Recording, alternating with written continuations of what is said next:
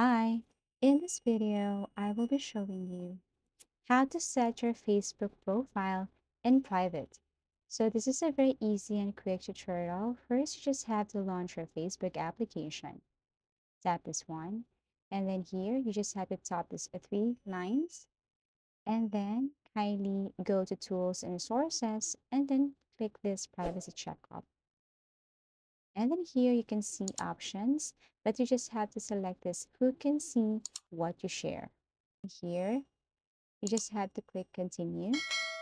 So we have here profile information. We have email, birthday, current city, work.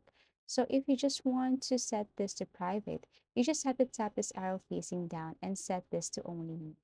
For example, for your email, you have to set this to only me. For your birthday, set this to only me. Same with your current city, set to only me, and so on. Okay, so all of this information here should set to only me in order for you to set your information to private. So we have also here next is for post stories default audience, set this to only me. For stories, you cannot set this to only me, but you can customize this one or set this to friends. Okay, so you can custom or hide story from if you want. Okay, so you can hide your story from a specific person.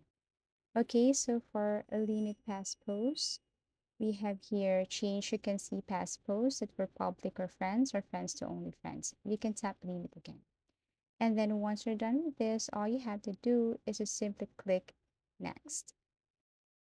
Okay, so after post and stories, it's time to block someone. So as you can see here, blocking, when you block someone, they will no longer see things you post on your timeline, tag you, invite you to events or groups, start a conversation with you, or add you as a friend.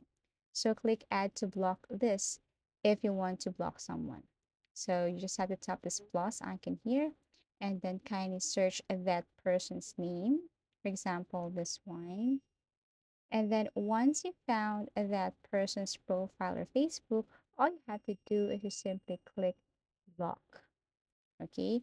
And then after that, they will ask you again, click block again, close, and then there.